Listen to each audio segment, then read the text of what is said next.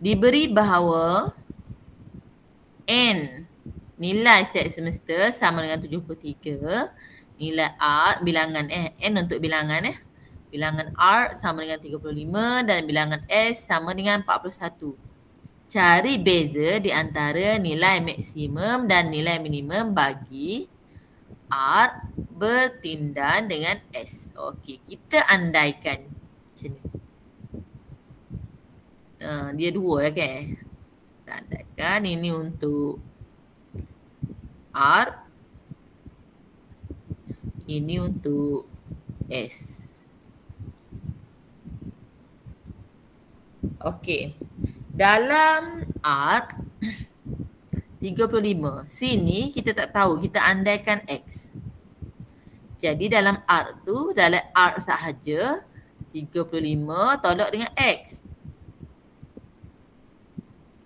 Dan dalam S sahaja 41 tolak X.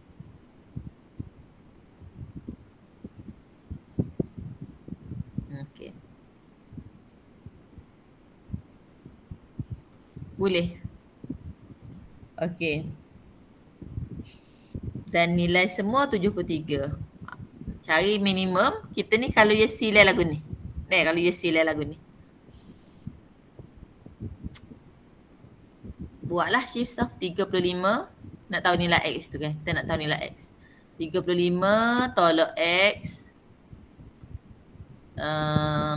35 tolak X. Tambah 41 tolak X. Tambah X. Sama dengan 73. Okey.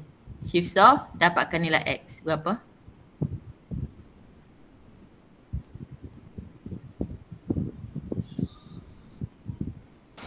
Tiga. Okay. Kamu akan dapat X sama dengan 3. Itu ini minimum. Maksimum pula kita andaikan R ni semua duduk dalam S. Macam ni. Sebab R pada kecil Ini S, R duduk dalam ni. R tu berapa? 35.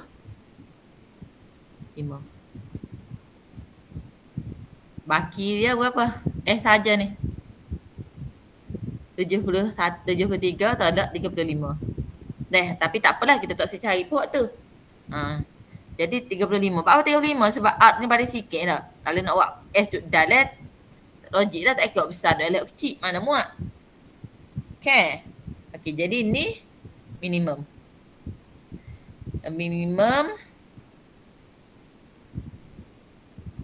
3. Paling sikit. Paling banyak yang bersilang ialah 35. Jadi dia nak beza 35 tolak 3. Berapa dapat?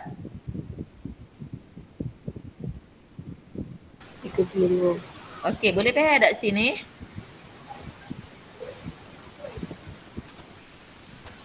Satu markah.